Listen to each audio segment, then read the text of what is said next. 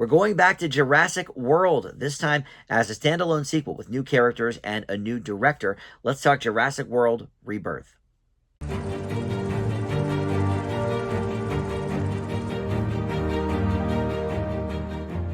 Hey guys, Dan here. This is Dan Reviews It. Welcome to my movie review for Jurassic World Rebirth. This just hit theaters as of this recording and is doing amazing at the box office. It's already, after just opening weekend, the number 8 film in the country for the year and number 10 worldwide. But look, these movies are basically an excuse for Universal to print money. They always do great business at the box office, but is this any better than the last couple of lackluster offerings of the Jurassic franchise? We'll talk about all of that here momentarily. First, though, let me welcome you back to the channel. If you're a subscriber already for Dan Reviews It, thank you so much for that. I love it when you guys return to check out my stuff. If you are not, though, please consider subscribing and click that notification bell. You can just like this video, comment below too. That stuff all helps the channel out. All right, so this is the 7th installment of the Jurassic franchise. Of course, we had the original trilogy, which ran from 93 to 2001, and then in the last decade or so, we've gotten these 4 Jurassic World films. But this one really serves as a standalone. There's obviously a connection to, the island and some of the previous stuff, but you really don't need any prior knowledge going into this movie, because it truly is a standalone. There's all new characters. Nobody really pops up as a surprise guest or anything. So we'll get into the premise here momentarily, but I will say this features a new director in Gareth Edwards. Now, he recently did this great movie called The Creator, but he did the only okay Godzilla movie from 2014. He did Rogue One, which I did not really care for. I know some people love Rogue One. Wasn't one of my favorites. And this was written by David Koepp, who has a huge history with the Jurassic franchise. He actually wrote or co-wrote the first 2 movies back in the 90s.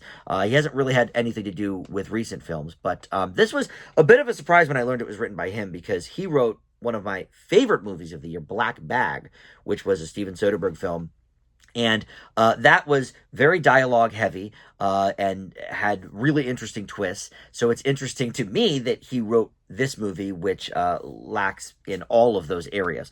But the basic premise here is we have, well, first it starts in 2010. We have like a little teaser opening, which is 5 years before the events of the first Jurassic World movie with Chris Pratt. And we have this like laboratory where they're doing mutated dinosaurs.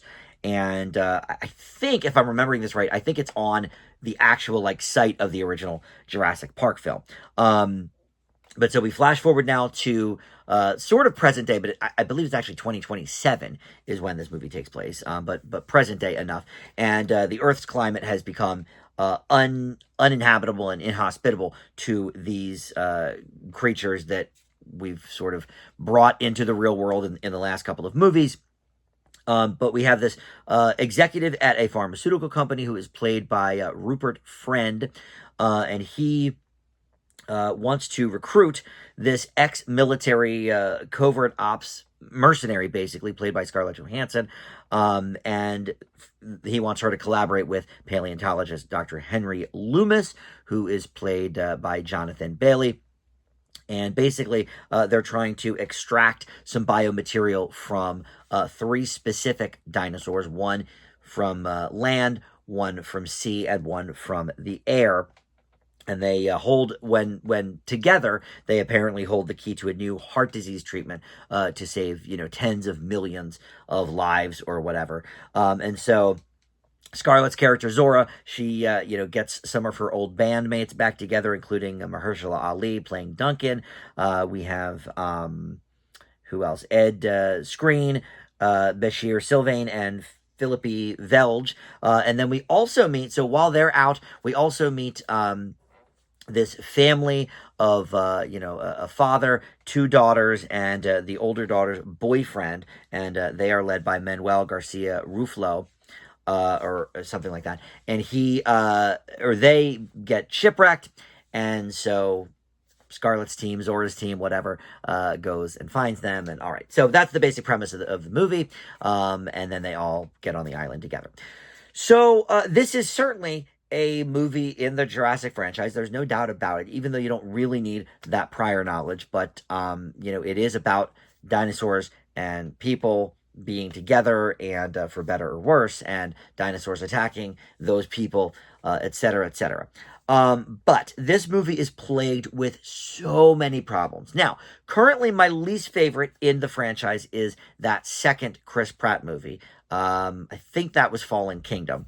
The third one was a little better. There weren't a ton of dinosaurs in it, so that was a bit of a problem. But, they got the originals to come back, Sam Neill and Laura Dern and Jeff Goldblum, and so that was fun to kind of see everybody working together, the new meets the old. So, I gave it a slightly higher grade, for that reason, but it still wasn't good. I think it was still like a C- or something like that. So the problem with all of these movies, really, is that the premise is so idiotic after you do the park once, maybe even twice. But, they keep going back to the park, back to the park. The most positive thing about this movie is the premise.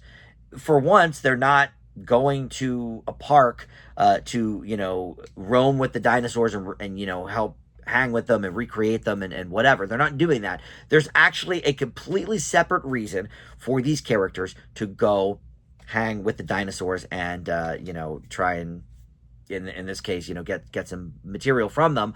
But it's not, hey, let's just have an amusement park for the kids.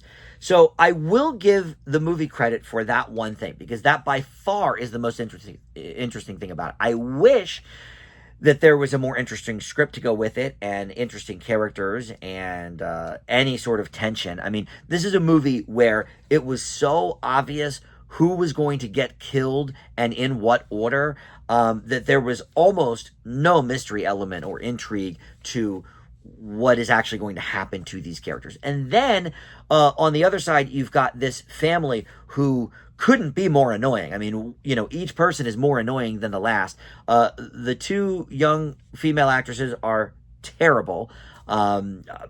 They try, I guess, but all they do is scream a lot, and their voices are irritating. Their characters, well, the little girl's character's fine.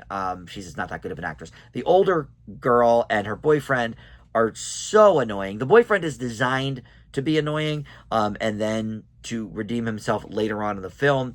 I understand that, but every moment that family was on the screen, and I took my two nephews, so we have a big age range here. My one nephew is 14, the other one is 19. I'm certainly older than that. And even they hated this movie. They were like, I hate this family. I want them all to die. The characters are making such stupid decisions. And listen, in my mind, when you've made a Jurassic movie that a 14-year-old boy is like, this is crap, who is your target audience then? If it's, I mean, maybe younger than that, maybe 6-year-old boys would like this. I don't know. I feel like little kids like dinosaurs so much, boys and girls alike, and especially, with a strong female character like Zora. Okay, sure. But at the end of the day, the characters are all terrible. There's no intrigue. Some of the dinosaur designs were cool. I'll give them that. But I would say there probably weren't enough of them in the movie. And we spend so much time with these characters that I just didn't care what happened to really any of them.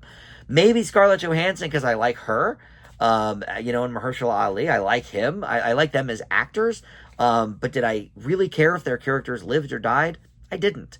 And so for me, this is, I guess, slightly better than that second movie, The Fallen Kingdom. I guess just because I liked the premise. Wish they did a lot more with it, but that is why it was a stunner to me that this was written by David Koepp, who brought us one of the most engaging movies of the year and very dialogue-heavy, Black Bag. Check that one out. I believe it's still streaming on Peacock. But this one is a huge whiff for him. And Gareth Edwards certainly hit or miss with me, because I really enjoyed The Creator, but some of those other movies I mentioned a bit more lackluster. I will leave this one sort of in between those last two Jurassic World movies, which were a D and a C minus. I leave Jurassic World Rebirth with a D plus.